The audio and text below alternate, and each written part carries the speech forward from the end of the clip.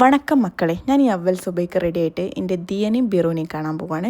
ദിയ എന്ന് പറഞ്ഞു കഴിഞ്ഞാൽ എൻ്റെ ലൈഫിൽ നിന്നുള്ള പോലെ തന്നെ കുറേ ആൾക്കാരുടെ ലൈഫിൽ ഒരു ദിയയാണ്. സോ ഞാൻ ഇങ്ങനെ പഠിക്കാൻ പറ്റുന്നില്ല, ലാഗാണെന്നൊക്കെ പറയുമ്പോൾ ഇന്ന് അടുത്ത അറ്റംപ്റ്റിൽ നോക്കലേ എന്ന് പറയണേ, അങ്ങനെ കുറച്ച് ആൾക്കാരുണ്ടാവില്ലേ, അതാണ് ഈ ദിയ.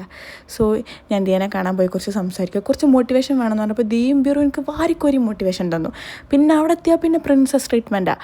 കാരണം ദിയ CA കാരിയാണല്ലോ, ചാർട്ടേഡ് അക്കൗണ്ടൻ്റ് ആണല്ലോ. Perks of having a CA friend, കറങ്ങണ കസേര, AC, ക്യാബിൻ. എനിക്കിവിടെ എല്ലാം ഉണ്ട്. വലിയ ഫ്ലാറ്റ്, വലിയ കാറ്, കുടിക്കാൻ കൊക്കക്കോല, അങ്ങനെ എല്ലാം തരും. ഇവിടെ എന്താ നടക്കണമെന്ന് വെച്ച് കഴിഞ്ഞാൽ ദിയൻ്റെ ഇൻ്റർവ്യൂ.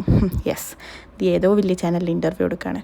പിന്നെ ഞാൻ ചായയൊക്കെ കുടിച്ച് ജീവിതത്തിനെ പറ്റി ആലോചിച്ചു. പിന്നെ ഇപ്പോൾ ദിയക്ക് എന്താ, എത്രയും ബിസി ആണെങ്കിലും ദിയൻ്റെ ഇപ്പോൾ കഫേ വന്നിരുന്നിട്ട് എനിക്ക് സ്റ്റഡി പ്ലാൻ ഇട്ടുതരാണ്. Green flag again, perks of having a CA friend. പിന്നെ ബസ് കയറി നാട്ടിലേക്ക് വന്നു.